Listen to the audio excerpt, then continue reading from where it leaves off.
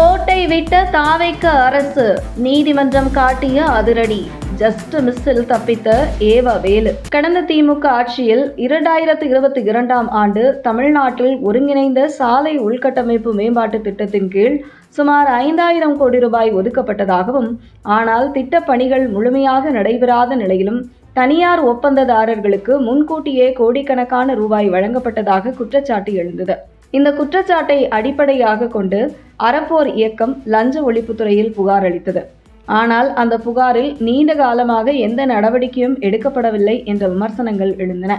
பின்னர் ஆட்சி மாற்றத்திற்கு பிறகு இந்த வழக்கை மீண்டும் கையில் எடுத்த லஞ்ச ஒழிப்புத்துறை கடந்த ஜூன் 25ஆம் தேதி முன்னாள் அமைச்சர் ஏவ வேலு, அதிகாரிகள் மற்றும் ஒப்பந்ததாரர்களின் வீடுகள், அலுவலகங்கள் உள்ளிட்ட பல இடங்களில் அதிரடி சோதனை நடத்தியது. இந்த சோதனைக்கு மறுநாளே இதய சிகிச்சைக்காக ஏவ வேலு சிங்கப்பூர் சென்றார். அவர் வெளிநாட்டுக்கு சென்றதை தொடர்ந்து அவருக்கு எதிராக லுக் அவுட் நோட்டீஸ் பிறப்பிக்கப்பட்டது. இதனை எதிர்த்த ஏவ வேலு சென்னை உயர்நீதிமன்றத்தை அணுகினார். அப்போது லுக் அவுட் நோட்டீஸுக்கு இடைக்கால தடை விதித்த நீதிமன்றம் ஜூலை 15ஆம் தேதி லஞ்ச ஒழிப்புத்துறை விசாரணைக்கு நேரில் ஆஜராக வேண்டும் என்ற நிபந்தனையையும் விதித்தது. இந்த இடைக்கால தடையை எதிர்த்து தமிழ்நாடு லஞ்ச ஒழிப்புத்துறை உச்சநீதிமன்றத்தில் அவசர மேல்முறையீடு செய்தது. இந்த மனு இன்று நீதிபதிகள் விக்ரம் நாத் மற்றும் சந்தீப் மேத்தா அமர்வு முன்பு விசாரணைக்கு வந்தது.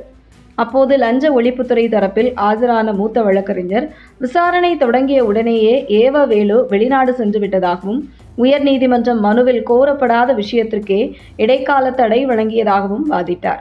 ஆனால் நீதிபதிகள் ஏவ வேலு தற்போது இந்தியாவுக்கு திரும்பிவிட்டார், அவர் விசாரணைக்கு ஒத்துழைப்பதாகவும் கூறியிருக்கிறார். அப்படி இருக்க விசாரணை நடத்துவதில் இப்போது என்ன சிக்கல் என்று நீதிபதிகள் கேட்டனர். அதோடு விசாரணைக்கு அவர் முழுமையாக ஒத்துழைப்பதாக கூறும்போது அதற்காக தனியாக உத்தரவு பிறப்பிக்க வேண்டிய அவசியம் என்ன என்றும் நீதிமன்றம் கேள்வி எழுப்பியது. இதையடுத்து லஞ்ச ஒழிப்புத்துறையின் மேல்முறையீட்டு மனுவை உச்சநீதிமன்றம் தள்ளுபடி செய்தது.